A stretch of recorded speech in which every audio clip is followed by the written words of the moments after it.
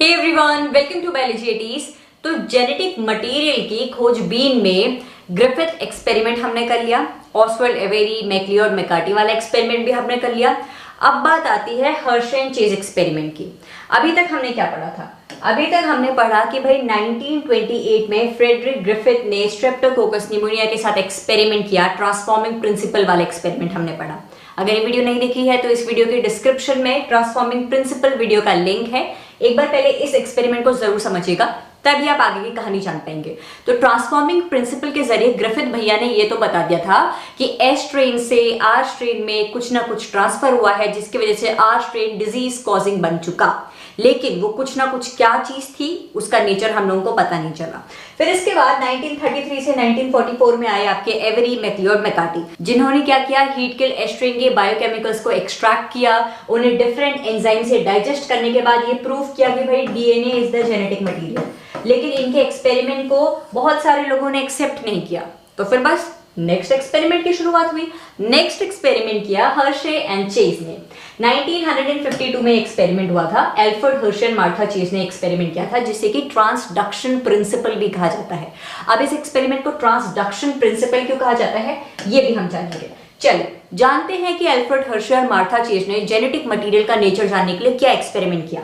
इन्होंने काम किया बेटा बैक्टीरियोफेजेस के साथ। बैक्टीरियोफेजेस क्या होता है? Bacteriophages are the viruses which infects bacteria. वो वायरसेस जो कि बैक्टीरिया को इन्फेक्ट करते हैं उन्हें बैक्टीरियोफेजेस कहते हैं। कुछ लोग इन्हें बैक्टीरियोफाजेस भी बुलाते हैं, दोनों प्रोनाउंसिएशन करेक्ट है, ठीक है। तो मैं बैक्टीरियोफेजेस बोल रही हूं। तो the viruses infecting bacteria are known as bacteriophages. अगर इनके स्ट्रक्चर की बात करें तो जो बैक्टीरियोफेजेस का आउटर कोट होता है बेटा, ये आउटर कोट जो है ये प्रोटीन से बना होता है, ठीक है। और जो इनर कोर होता है, ये जो इनर कोर है ये डीएनए का बना हुआ होता है। तो bacteriophages are the viruses infecting bacteria. Structure की बात करूं तो इनका outer core is made up of protein और इनका inner core is made up of DNA. तो इन शॉर्ट हम कह सकते हैं bacteriophages consist of outer protein coat and inner DNA core. इनके अंदर डीएनए होता है और बाहर की कोटिंग प्रोटीन की होती है। अब बैक्टीरियोफेजेस हम कह रहे हैं वायरसेस को इन्फेक्ट करते हैं। कैसे इन्फेक्ट करते हैं? ये मैंने बैक्टीरियोफेज बनाया, छोटा सा प्यारा सा बैक्टीरियोफेज बनाया। बैक्टीरियोफेज जाकर चिपक गया हमारे बैक्टीरिया से, ठीक है। मैं इन्फेक्शन बता रही हूँ कैसे होता है। बैक्टीरियोफेज बैक्टीरिया से जाकर अटैच हो गया। अब इन्फेक्शन कैसे होता है कि बैक्टीरियोफेज अपनी जेनेटिक मटीरियल को इकोलाई के अंदर ट्रांसफर कर लेता है। इकोलाई के सेल को लगता है कि ये जो जेनेटिक मटेरियल अंदर आया है ये शायद मेरा ही जेनेटिक मटेरियल है, और वो क्या करता है, खूब सारे ये वाले जेनेटिक मटेरियल प्रोड्यूस करने लग जाता है। तो इकोलाई के सेल के अंदर बहुत सारे वायरस पार्टिकल्स बन जाते हैं। अब क्या होता है, इकोलाई की सेल वॉल रप्चर करती है और यहां से बहुत सारे नए बैक्टीरियोफेज पैदा हो जाते हैं। अब ये बैक्टीरियोफेज किसी और इकोलाई को इन्फेक्ट करेंगे और इस तरीके से साइकिल रिपीट होती रहेगी। अब the process by which bacteriophage transfer their genetic material from one bacterium to another bacterium is known as transduction। दोबारा से जानते हैं बैक्टीरियोफेजेस क्या होते हैं। These are the viruses infecting bacteria। ये लोग बैक्टीरिया से चिपक जाते हैं, अपनी जेनेटिक मटेरियल को ट्रांसफर करते हैं। बैक्टीरिया को लगता है ये शायद मेरा खुद का जेनेटिक मटेरियल है और खूब सारे वायरल पार्टिकल्स प्रोड्यूस करने लग जाते हैं। बैक्टीरिया की सेल वॉल रप्चर होती है, बैक्टीरियोफेज बाहर आते हैं। जैसे ही वो बाहर आए और बहुत सारे बैक्टीरिया पे वो चिपक गए और वापस से इनको भी इंफेक्शन करने लगे और यही वाली साइकिल रिपीट होने लग गई। अब इसमें क्या हुआ, इस पूरी प्रोसेस में बैक्टीरियोफेज ने अपनी जेनेटिक मटेरियल को एक बैक्टीरिया से बहुत सारे बैक्टीरिया में ट्रांसफर किया। The process by which bacteriophage transfers its genetic material from one bacterium to several other bacteria is known as transduction। इसीलिए जो एल्फ्रेड हर्शे और मार्था चेज का एक्सपेरिमेंट था उसे ट्रांसडक्शन प्रिंसिपल कहा जाता है, क्योंकि इसमें हम क्या पढ़ रहे हैं, इसमें हम पढ़ रहे हैं कि बैक्टीरियोफेज ने कैसे बैक्टीरिया को इन्फेक्ट किया, ठीक है। अब स्टेप पर आते हैं कि बैक्टीरियोफेज के साथ इन्होंने किया क्या। भाई देखो इन लोगों ने क्या किया, एल्फ्रेड हर्शे और मार्था चेज ने बैक्टीरियोफेज को दो मीडियम में ग्रो किया बेटा, ठीक है। एक मीडियम ये रहा और दूसरा मीडियम ये रहा। Bacteriophages the viruses infecting bacteria, इन्होंने दो मीडियम में बैक्टीरियोफेजेस को ग्रो किया। एक मीडियम ऐसा था जहां पर रेडियो एक्टिव सल्फर प्रेजेंट थी। अब ये समझ लो बैक्टीरियोफेज के लिए दो प्लेट रेडी हैं, यहां पर हम बैक्टीरियोफेज को पैदा करने वाले हैं। एक प्लेट में रेडियो एक्टिव सल्फर प्रेजेंट है और दूसरी प्लेट में रेडियो एक्टिव फास्फोरस प्रेजेंट है। अगर आप लोगों को बेसिक जेनेटिक्स आती है तो आप लोगों को पता होगा DNA consist of nitrogenous base, pentose sugar and phosphate group. DNA के पास क्या प्रेजेंट होता है? फॉस्फोरस प्रेजेंट होता है। तो जो bacteriophage radio active phosphorus medium में ग्रो करे गए, उन बैक्टीरियोफेज के अंदर जो डीएनए का कोर प्रेजेंट था, उस डीएनए ने फॉस्फोरस को एब्जॉर्ब कर दिया। यहां पर रेडियो एक्टिव फॉस्फोरस था, तो यहां पर जितने भी बैक्टीरियोफेज ग्रो हुए उनका डीएनए भी रेडियो एक्टिव बन गया। Since DNA consist of phosphorus, DNA के पास कॉन्स्टिट्यूएंट क्या होता है? फॉस्फोरस होता है। तो जिन बैक्टीरियोफेजेस को हमने रेडियो एक्टिव फॉस्फोरस वाले मीडियम में ग्रो किया, तो उनके डीएनए कोर को लगा अरे बहुत सारा फॉस्फोरस आ रहा है, मैं इसे एब्जॉर्ब कर लेता हूं। तो इन सारे बैक्टीरियोफेज के अंदर डीएनए का कोर रेडियो एक्टिव बन गया। यानी कि जो बैक्टीरियोफेज हमने रेडियो एक्टिव फॉस्फोरस में ग्रो करे, वो बैक्टीरियोफेज हो गए विद रेडियो एक्टिव डीएनए। ठीक है। दूसरे मीडियम में हमने क्या किया? दूसरे मीडियम में हमने भर लिया रेडियो एक्टिव सल्फर। अब क्या होता है? प्रोटीन का पार्ट होता है सल्फर। अब इन सारे बैक्टीरियोफेज के पास प्रोटीन कहां था? उनके आउटर कोट में प्रेजेंट था। तो प्रोटीन के आउटर कोट को लगा अरे सल्फर है, मैं इसे एब्जॉर्ब करूंगा। तो प्रोटीन के आउटर कोट ने सारा सल्फर एब्जॉर्ब कर दिया। तो इन सारे बैक्टीरियोफेज की क्या चीज रेडियो एक्टिव थी? प्रोटीन कोट रेडियो एक्टिव था। ठीक है। तो हमारे पास दो प्लेट में दो डिफरेंट टाइप के बैक्टीरियोफेज आ गए। एक बैक्टीरियोफेज जिनका डीएनए कोर रेडियो एक्टिव है और दूसरे बैक्टीरियोफेज जिनका प्रोटीन कोट रेडियो एक्टिव है। तो बैक्टीरियोफेजेस को दो मीडियम में ग्रो किया गया। पहला मीडियम था विद रेडियो एक्टिव फॉस्फोरस, दूसरा था विद रेडियो एक्टिव सल्फर। जो बैक्टीरियोफेज रेडियो एक्टिव फॉस्फोरस में ग्रो करे गए, वहां पाया गया कि सारे बैक्टीरियोफेज के पास रेडियो एक्टिव डीएनए है। जो बैक्टीरियोफेज रेडियो एक्टिव सल्फर में ग्रो करे गए, वहां पाया गया कि रेडियो एक्टिव प्रोटीन वाले बैक्टीरियोफेज पैदा हुए हैं। अब आते हैं steps of Hershey and chase experiment. 3 step में हर्शे और चेज एक्सपेरिमेंट खत्म होता है। Infection, blending and centrifugation. अभी हमने पढ़ा था इन्फेक्शन क्या होता है। इन्फेक्शन के प्रोसेस में बैक्टीरियोफेज आपके बैक्टीरिया पर जाकर अटैच हो जाता है। यहां पर जो बैक्टीरिया यूज किया गया हर्शे एंड चेज एक्सपेरिमेंट में, वो बैक्टीरिया था ई कोलाई। ठीक है। तो बैक्टीरियोफेज किसको इन्फेक्ट कर रहे थे? ई कोलाई को इन्फेक्ट कर रहे थे। अब पहला स्टेप क्या है? इन्फेक्शन, जहां पर बैक्टीरियोफेज जाकर ई कोलाई की वॉल पर अटैच हो गए।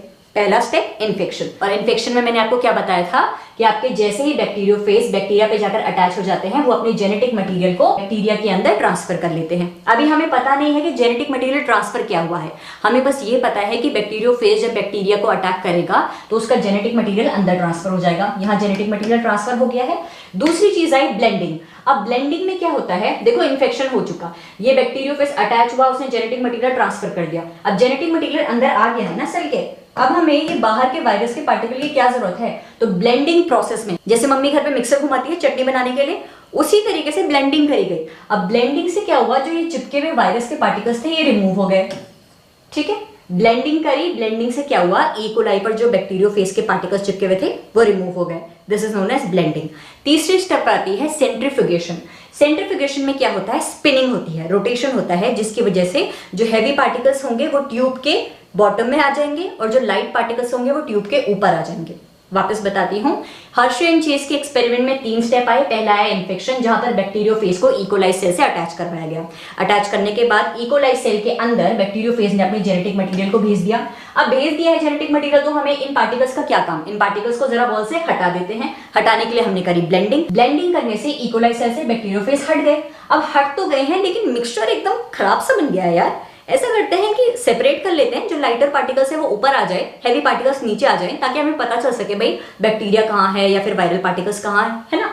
तो तीसरा स्टेप में आया सेंट्रीफ्यूगेशन, जहां पर हमने स्पिनिंग करी। स्पिनिंग से क्या रिजल्ट आया बेटा? जो ई कोलाई के पार्टिकल्स थे, जो बैक्टीरिया के पार्टिकल्स थे, वो सेटल हो गए नीचे, ट्यूब के नीचे सेटल हो गए। और वायरस के जो पार्टिकल्स होते हैं वो लाइट होते हैं, तो वायरस के पार्टिकल्स ऊपर आ गए।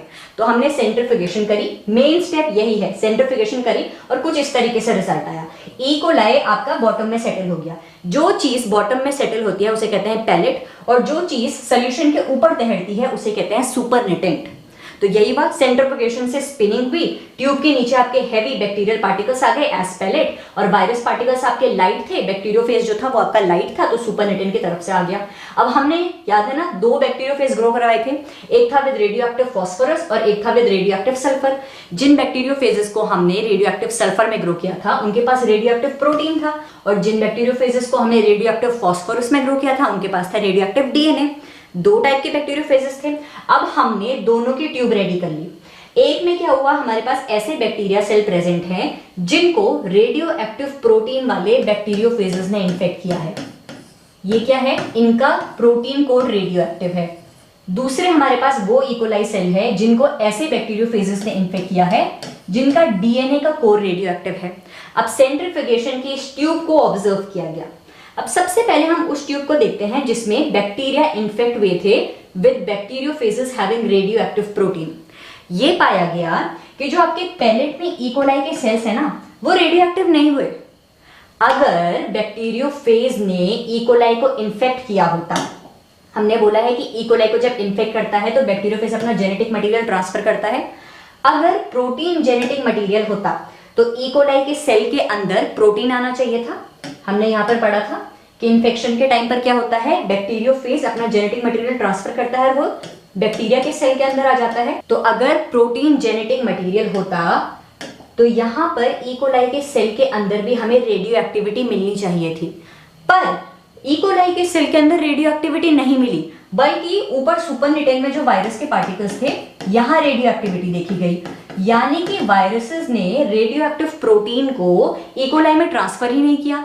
और ट्रांसफर क्या चीज होती है, जेनेटिक मटेरियल होता है। यानी कि प्रोटीन जेनेटिक मटेरियल नहीं है, protein code is not the genetic material. फिर उन्होंने दूसरी ट्यूब देखी। दूसरी ट्यूब में यह देखा गया कि जो इकोलाई के बैक्टीरियल सेल है उनके जेनेटिक मटेरियल रेडियो एक्टिव है।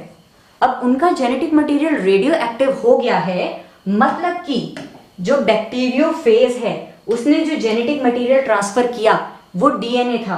क्यों? क्योंकि इस वाले केस में डीएनए वाज रेडियो एक्टिव। इससे पता चलता है जो बैक्टीरियोफेज का डीएनए कोर होता है, it is the actual genetic material. तो बस यही था एल्फ्रेड हर्श और मार्था चेज का एक्सपेरिमेंट, जिसके जरिए ये प्रूफ हुआ कि भाई DNA is the genetic material. वापस से एक बार फटाफट से समराइज करती हूं। एल्फ्रेड हर्श और मार्था चेज ने बैक्टीरियोफेजेस के साथ वर्क किया, which are the viruses infecting bacteria. Bacteriophages क्या करते हैं, जब बैक्टीरिया पर चिपक जाते हैं तो अपने जेनेटिक मटेरियल को बैक्टीरिया के अंदर ट्रांसफर कर लेते हैं। इसी चीज का फायदा एल्फ्रेड हर्श और मार्था चेज ने उठाया। एल्फ्रेड हर्श और मार्था चेज ने बैक्टीरियोफेजेस को दो मीडियम में ग्रो किया। एक था मीडियम जिसमें रेडियो एक्टिव सल्फर प्रेजेंट थी और दूसरा मीडियम था जिसमें रेडियो एक्टिव फास्फोरस प्रेजेंट थी। जिन बैक्टीरियोफेजेस को रेडियो एक्टिव फास्फोरस में ग्रो किया गया उनका डीएनए कोड रेडियो एक्टिव हो गया, और जिन्हें रेडियो एक्टिव सल्फर में ग्रो किया गया उनका प्रोटीन कोड रेडियो एक्टिव हो गया। इन्फेक्शन कराया, बैक्टीरियोफेज ने अपने जेनेटिक मटेरियल को सेल के अंदर भेजा।